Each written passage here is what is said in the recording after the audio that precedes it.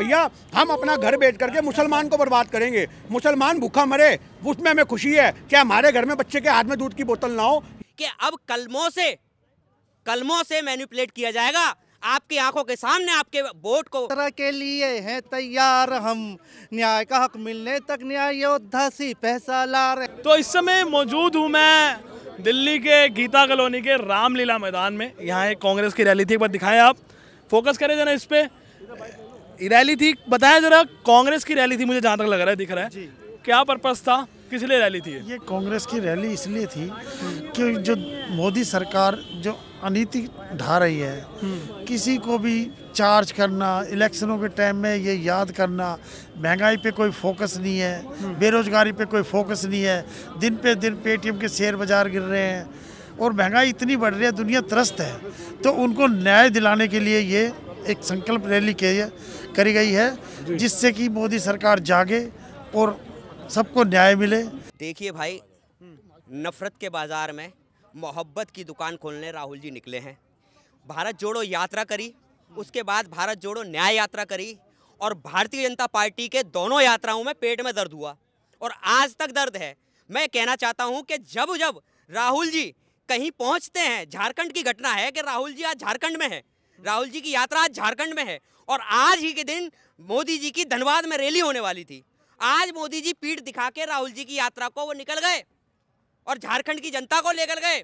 और सबसे बड़ी बात कि 2 दिन नया मुख्यमंत्री चुनने के बाद झारखंड के अंदर शपथ नहीं दिलाई जाती है, राज्यपाल गायब होता है, तो इनकी सरकार जो है भारतीय जनता पार्टी की सरकार है, और मोदी जी की जो सरकार है वो सिर्फ तोड़ना, खरीदना, फरोख्त करना, बेचना, पलटना, सिर्फ यही जानते हैं। अच्छा, चंडीगढ़ के जो मेयर इलेक्शंस हुए हैं उसके बारे में क्या कहना चाहेंगे, क्या सही हुआ या गलत हुआ? अब तक तो ईवीएम की लड़ाई थी। चंडीगढ़ के मैं मेयर चुनावों के बारे में बता दूं कि अब तक ईवीएम की लड़ाई थी, कि अब तक क्या कहते हैं, ईवीएम से चुनावों को मैनिपुलेट किया जा रहा था।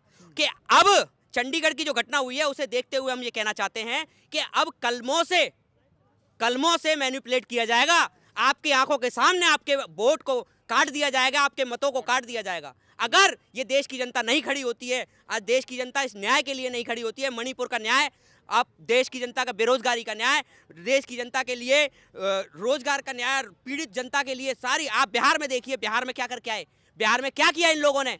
बिहार में 6 महीने सरकार चली है और 6 महीने में 2 लाख जो नियुक्ति पत्र थे वो भारतीय जनता पार्टी की आंखों में चुभ रहे थे। और आज मैं पूछना चाहता हूं नीतीश कुमार जी से कि, और भारतीय जनता पार्टी से, वही नीतीश कुमार हैं जिन्होंने विधानसभा के बाहर भारतीय जनता पार्टी के कार्यकर्ताओं को पिटवाया, जिसमें कि एक सांसद की मौत भी हुई। क्या भारतीय जनता पार्टी के सारे कार्यकर्ता उस नीतीश कुमार के पीछे नारे लगाएंगे? क्या बेशरम भारतीय जनता पार्टी है या बेशरम नीतीश कुमार है?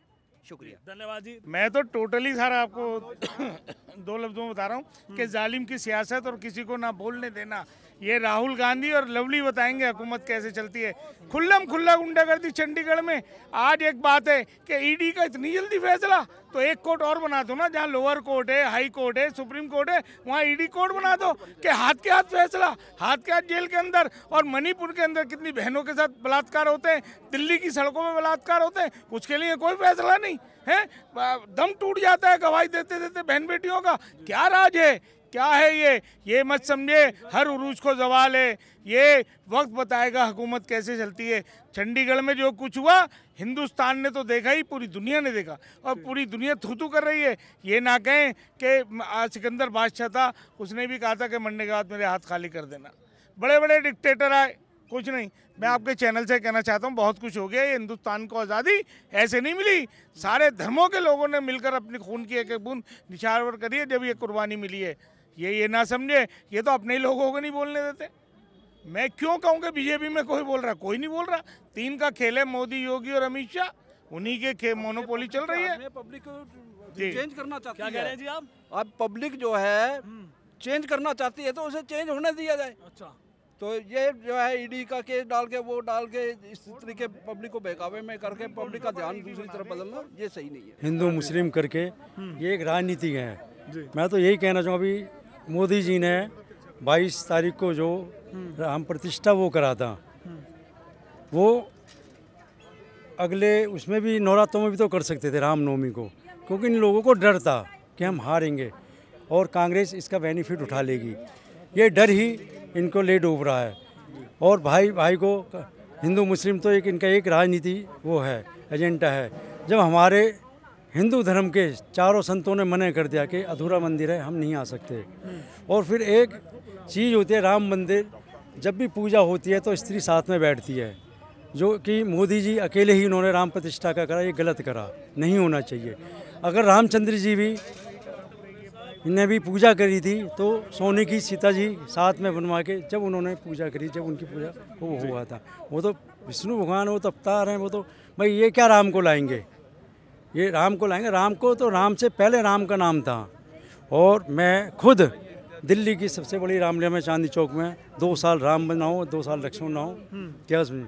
और आज पहले ऐसा कोई वो नहीं था, आज इन्होंने एजेंडा ऐसा कर दिया है कि भाई से भाई हिंदू मुस्लिम वो करके और ये अपना बेनिफिट उठाना चाहते हैं। ना बेरोजगारों को रोजगार नहीं दे रहे, महिलाओं के साथ अत्याचार हो रहा है। क्या अगर ये काम करो ना, इस मैटर पे आओ ना जी। तो ये कुछ डिमांड और कुछ शिकायतें इनकी लोगों से है, कुछ अन्य लोगों से बात करेंगे, आइए मेरे साथ। तो हमारे साथ एक ये नदीम जी आपका नाम है, मौजूद है हमारे साथ। एक ये पोस्टर बनाया है, इन्होंने लिखा हुआ है राहुल गांधी बाहुबली, भारतवर्ष के Baahubali Rahul Gandhi, complete name, the winning man. अच्छा, तो क्या लगता है कि क्या 2024 में आने वाले चुनाव में पलड़ा भारी रहेगा कांग्रेस का?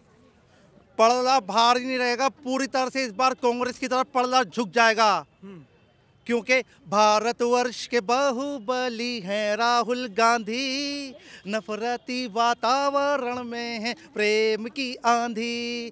भारत जोड़ो यात्रा से भारत जुड़ रहा है, राहे नफरत छोड़ प्रेम की राह चुन रहा है। नफरत छोड़ो भारत जोड़ो। और भी मैंने बहुत गाने बनाए हुए हैं, जैसे कि अभी भारत जोड़ो न्याय यात्रा चल रही है, तो उसके लिए भी मेरे पास थोड़ा बोल सुनाता हूँ।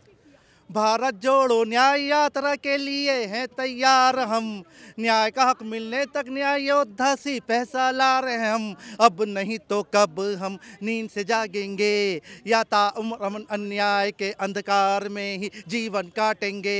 अब नहीं तो कब, अब नहीं तो कब, अब नहीं तो कब, अब नहीं तो कब, अब होगा न्याय। भारत जोड़ो न्याय यात्रा से जुड़ जाएं, न्याय का हक मिलने तक ये संदेश हर घर तक पहुंचाएं।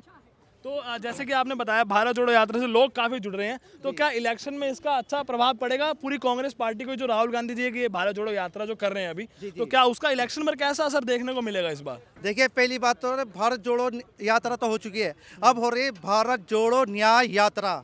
तो न्याय के लिए अन्याय के विरुद्ध ये जंग है, ये इलेक्शन का से ज़्यादा जनता के मुद्दे उठाने की जंग है, जनता को न्याय दिलाने की जंग है, लड़ाई है। राहुल गांधी जी न्याय योद्धा हैं और हम भी उनके साथ न्याय योद्धा हैं। हर एक हिंदुस्तानी वो न्याय योद्धा है जो राहुल गांधी जी के साथ इस संघर्ष में उनके साथ चल रहा है और किसी न किसी तरह से उनका समर्थन कर रहा है। देश का प्रधानमंत्री स्कूल के बच्चों के लिए भारत मंडप में जा करके बता रहा था आपको कैसे पेपर है, कैसे पेपर नहीं देना है। भला ये काम है उसका? जो देश का प्रधानमंत्री है, 140 करोड़ आदमियों का प्रधानमंत्री, वो सिर्फ बच्चों को जाकर समझा रहा है कि आपको पेपर कैसे देना, कैसे देना, कैसे आपको तनाव में रहोगे, कैसे तनाव में नहीं रहोगे। अब भाई जो लोग कारोबार नहीं है उनको तनाव में से निकाल लो आप। सुनिए बात है, आपने राम मंदिर का उद्घाटन करा, कोई आदमी उद्घाटन शिलान्यास तो दुनिया देखती है, उद्घाटन पहली बार देख रहे हैं, जब क्या पूरा नहीं हुआ अभी तक भी। और लेकिन बात यह है कि सारी के भाई इस टाइम में कोई कहे क्या, कहेगा तो फिर उसको राष्ट्रवाद का लगा दिया जाएगा। वहाँ पर सारी सहूलियतें देने के बाद भी ढाक के 3-5 करोड़ रुपए का चंदा आ गया। अच्छा, एक मेरा प्रश्न और है, एक मैं बीच में ऐड करूँगा आपका। आने वाले चुनाव में, क्योंकि आपने पक्ष लिया, अच्छा लिया, फैक्ट्स के साथ बात कर रहे हो, आने वाले चुनाव में किसको पीएम देखना चाह रहे हो देश का? सर देखो, अगर मैं कांग्रेसी हूँ तो मैं तो एक मैं राहुल गांधी को प्रधानमंत्री देना चाहता हूँ, लेकिन कांग्रेस भी इस टाइम में लड़ रही है तो गठबंधन साथ में लड़ रही है। तो भारत जोड़ो यात्रा से फर्क पड़ेगा, लोग कनेक्ट होंगे, फर्क पड़ेगा कि हमारी सीटें बढ़ेंगी, हमारे लोग बढ़ेंगे। लेकिन बाद में प्रधानमंत्री के लिए राहुल जी प्रधानमंत्री के लिए हमारी तरफ से फर्स्ट दावेदार हैं, लेकिन गठबंधन जिसको भी चुनेगा उसको मानना हमारा गठबंधन धर्म होगा। अच्छा, इंडियन अलायंस का भी प्रभाव रहेगा? मतलब बिल्कुल प्रभाव रहेगा। क्यों रहेगा? इसलिए कि भी मान लीजिए हमने सबको साथ लेके चले हैं और फिर अंटा हमारे बाप का कि हम कहें राहुल जी प्रधानमंत्री बने, तो ऐसा नहीं। मेरी जहाँ तक अपनी सोच का कार्य करता हूँ छोटा सा, कि वो इस बात को मानेंगे कि हाँ जी हमें प्रधानमंत्री किसको बनाना चाहिए। कल तक हमारे नीतीश जी भी प्रधानमंत्री दावेदार थे, ममता जी प्रधानमंत्री की दावेदार थी, लेकिन नीतीश जी के पीछे एक ऐसा दबाव दिया गया जिसकी वजह उन्हें चलती हुई सरकार छोड़ी और वो उसके साथ में आए। सरकार तो उनके पास कल भी थी, जब वो तेज में साथ में चले, सरकार तो उनके पास जब भी थी, लेकिन उनको किस तरह कैसा दबाव दिया गया होगा आप खुद भी इस बात को सोच सकते हैं। नीतीश जी को इसलिए नहीं आ गए कि प्यार मोहब्बत में आ गए, उनका गठबंधन टूटा था इसलिए आ गए, या उनका बहुमत गिरा था इसलिए आ गए। नीतीश जी सिर्फ और सिर्फ इसलिए आ गए कि उनके पीछे से दबाव था। जी, तो आप बताएं सर जी, जो भारत जोड़ो यात्रा चल रही है राहुल गांधी जी की, उससे कितना प्रभाव पड़ेगा आने वाले चुनाव में? देखिए, यात्रा चुनाव के लिए नहीं है, यात्रा भाईचारे के लिए है, यात्रा देश के लोगों को जगाने के लिए, अवेयर करने के लिए कि एक तानाशाही गद्दी पे बैठा है, उसको अगर आप हटाओगे नहीं तो हमारा मुल्क जो है वो नफरत की आग में इस प्रकार झोंक दिया जाएगा कि हर घर से हिंदू मुसलमान की बदबू आने लगेगी। और आज वो माहौल देखने को मिल चुका है। स्कूलों के बच्चे नारे लगाते हमें देखने वीडियो में मिले हैं कि मस्जिदें तोड़ी जाएंगी, राम राम चिल्लाएंगे, मुल्ले काटे जाएंगे। ये जो पूरा माहौल है नफरत भरा, उस नफरत को ख़त्म करने के लिए यात्रा बहुत ज़रूरी है। चुनावों में उसका कितना परिवर्तन होगा वो लोगों की अपनी बुद्धि पर डिपेंड है, लोगों की अपनी सोच पर डिपेंड है। अगर लोग अवेयर होंगे, लोग जागरूक होंगे तो नेचुरल सी बात है वो समझेंगे इन हालातों को। पर अगर लोग 500 रुपये में बिक जाएंगे, एक मुर्गे पे बिक जाएंगे, तो चुनावों में यही हाल होगा। और सबसे बड़ी बात यह है कि आज ईवीएम जो है वो इनके हाथ में है। जब तक ईवीएम इनके हाथ में रहेगी हम कुछ नहीं कर सकते। ये आपको सच्चाई है। आने वाले चुनाव में किसे पीएम देखना चाह रहे हैं आप? देखिए, उस इंसान को पीएम देखना चाह रहे हो देश की बात करता है, उस इंसान को पीएम देखना चाह रहे हो जनता की बात करता है, और वो एक ही आदमी है, राहुल गांधी। एक माननीय राहुल गांधी जी ऐसे एक अकेले शख्स हैं जो भीड़ में जब इनको हिंसा का माहौल देखने को मिला तो अपनी बस से उतर गए अन्य भक्तों को जवाब देने के लिए। आपने ऐसा बंदा देखा है असम के अंदर? एक हमारे प्रधानमंत्री थे जो पंजाब से वापस भगोड़ों की तरह भाग के आ गए थे कि मुझे मार देंगे, मुझे मार देंगे। हज़ारों की सिक्योरिटी लेने के बाद एक आदमी अपने आप को सुरक्षित महसूस नहीं कर रहा। और एक ये राहुल गांधी है जो भरी बस से उतर के उन बंदों से जाके बोलता है हाँ बताओ मैं यहाँ खड़ा हूँ, आओ मुझे मारो। अरे यही आदमी तो चाहिए, आज यही आदमी चाहिए जो देश के लिए बलिदान देने को तैयार हो। ये तो लोगों से बलिदान मांगते हैं। मोदी जी का तो उल्टा हिसाब है। जब तक मोदी जी जैसे लोग बैठे रहेंगे देश में नफरत बढ़ती जाएगी और उसका कोई समाधान नहीं है। लोग हिंदू मुसलमान में इस कदर विभाजित हो जाएंगे कि मुसलमान को बर्बाद करने के चक्कर में अपने घर भी गंवाएंगे ये लोग। ये आपको मैं बता दूं, अन्य भक्तों की वो हाल हो जाएगा कि भैया हम अपना घर बेच करके मुसलमान को बर्बाद करेंगे, मुसलमान भूखा मरे, उसमें हमें खुशी है कि हमारे घर में बच्चे के हाथ में दूध की बोतल ना हो। ये हालात ये लोग पैदा करने वाले, उससे देश को बचाना है। धन्यवाद जी। तो आपने लोगों की राय सुनी, हम फिर से कह रहे हैं हमारी राय कुछ नहीं है, हम सिर्फ आपको लोगों की राय दिखा रहे हैं। तभी हमारे चैनल का नाम भी है द भारत रिपोर्ट, कि ग्राउंड में जाके रिपोर्टिंग हम करते हैं और ग्राउंडेड लोगों से बात कराते हैं। कोई कहानी नहीं बना रहे हम अपनी, ना हम आपके लोगों के मुंह में जाके बातें डाल रहे हैं कि आप यही बोलो। जिनका जो कहना है वो कह रहा है। अब आपके ऊपर है भैया कि आप इसको कैसे देखते हैं। हम कोई पॉलिटिकल एजेंडा भी नहीं चला रहे हैं यहाँ पे, ना किसी पार्टी के द्वारा हम काम कर रहे हैं। हम सिर्फ भारत की रिपोर्ट बना रहे हैं और वो रिपोर्ट आपको दिखा रहे हैं। तो अभी फिलहाल इतना ही। मैं चिराग, कैमरा पर्सन अमनदीप सिंह के साथ। धन्यवाद।